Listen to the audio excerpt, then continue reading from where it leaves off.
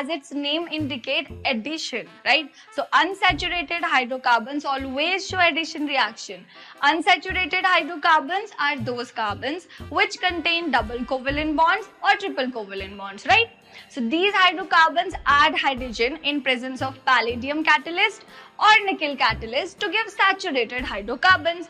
As you can see here, we are adding hydrogen to unsaturated hydrocarbon in the presence of nickel or palladium, and we are getting saturated hydrocarbon.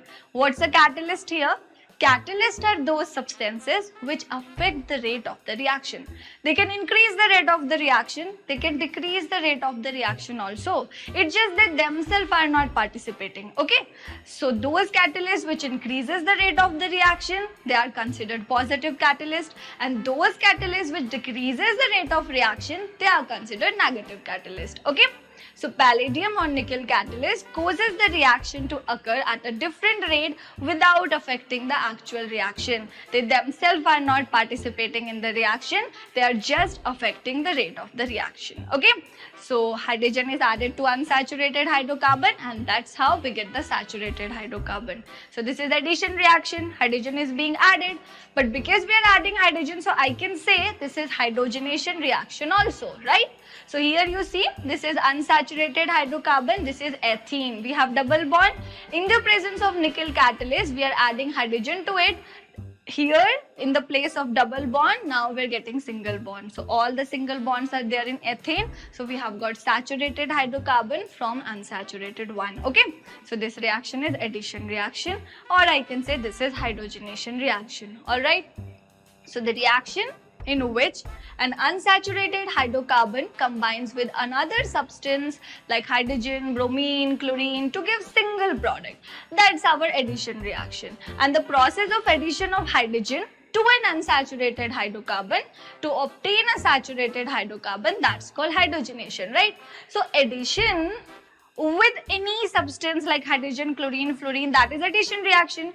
If it is particularly hydrogen, then that is hydrogenation reaction, or I can say hydrogenation reaction is just a type of addition reaction. This reaction, hydrogenation reaction, this is used to manufacture vegetable ghee. This is used to prepare vegetable ghee. So you see, vegetable oils, they are unsaturated fat, they have double bond.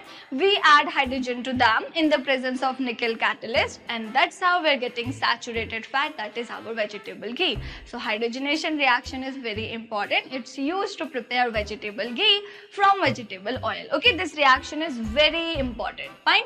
So vegetable oil generally are unsaturated long chain fatty acid. Animal fats are saturated long chain fatty acids. Okay, so this is animal fat, this is vegetable oil. Vegetable oils are unsaturated, animal fats, they are saturated. Fine. Now let's talk about substitution reaction. So let's consider these reactions. You see, chlorine and methane. We are getting chloromethane. Then further chlorine is reacting with chloromethane. We are getting dichloromethane. Further chlorine is reacting with dichloromethane, and we are getting trichloromethane, which is commonly known as chloroform. So these type of reactions, they are called substitution reaction.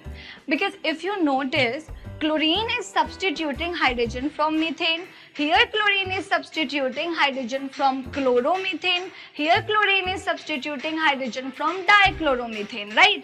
So chlorine is substituting hydrogen, so these are substitution reaction. And what will be the final product? Chlorine is substituting hydrogen from trichloromethane, or I can say chloroform, and that's how we are getting tetrachloromethane. Okay, CCl4. So that's our final product. Fine. So the reaction in which one hydrogen atom or more than one hydrogen atoms of a hydrocarbon is or are replaced by some other atoms, right? So here you see one hydrogen got replaced by chlorine, then this hydrogen got replaced by chlorine, then one more hydrogen got replaced by chlorine, and then one more hydrogen got replaced by chlorine.